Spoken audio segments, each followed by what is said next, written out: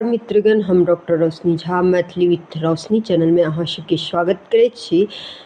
तऽ स्टेट 2025 परीक्षा के तहत हम अहाँ सबके लेल आइ खंडकाव्य बनलहुँ हैं। 2 दिन प्रायः महाकाव्य हम करेलहुँ हैं अहाँ सबके। तऽ आइ हम जे छै से अहाँ सबके खंडकाव्य लऽ कऽ एलहुँ हैं। तऽ अहाँ सब जे छै से एकाग्रचित भऽ कऽ सुनै जाउ, जो नीक लागै तकरा लाइक सब्सक्राइब और शेयर कऽ देबै, ठीक छै।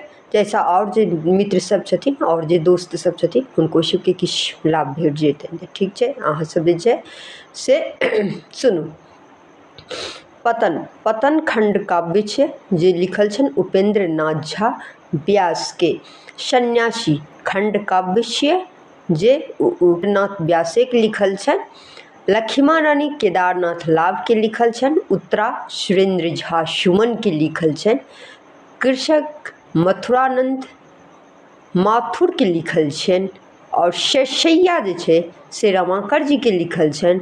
एकलव्य अमरेंद्र मिश्र के लिखल छनि। गंगावतरण सुरेंद्र झा सुमन के भेटल छनि। समाधि रमाकर जी के भेटल छनि।